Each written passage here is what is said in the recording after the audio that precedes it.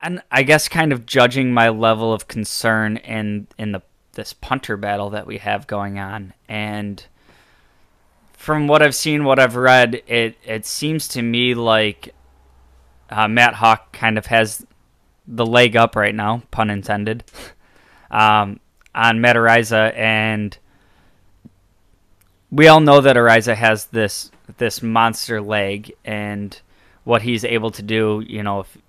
If you're looking at having a really long punt and flipping the field, my concern with him going into training camp was kind of the rest of it.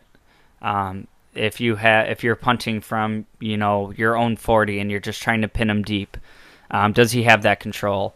Does he have the hang time to let the coverage unit get down there? Because it's great if you can kick the ball 70 yards, but it really doesn't matter if the guy returning it has 20 yards to kind of pick his seams before the gunners can get down there and kind of force themselves into a tackle.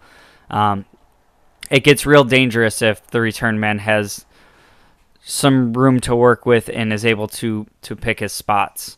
And the other thing that we've seen is, I guess probably the even bigger concern for some people. We saw Matt Hawk struggle last year, right? And, kind of looked at Ariza as, even if he has some of those punts, it's got to be better than, some of the shanks we saw last year and whatnot.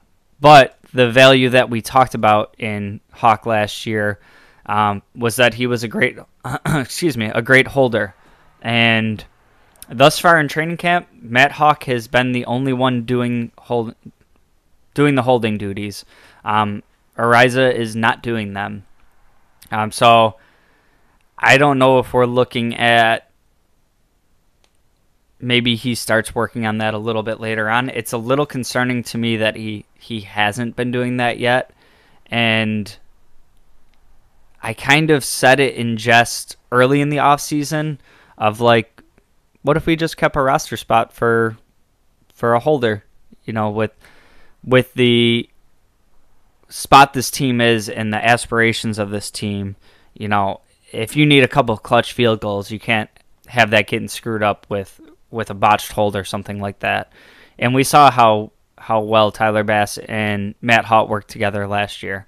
So I still see it as pretty unlikely, but it's starting to make me think like maybe there's a chance that Ariza ends up on the practice squad for a year. Like, would they be able to sneak him through practice squad, or would somebody try to claim him up?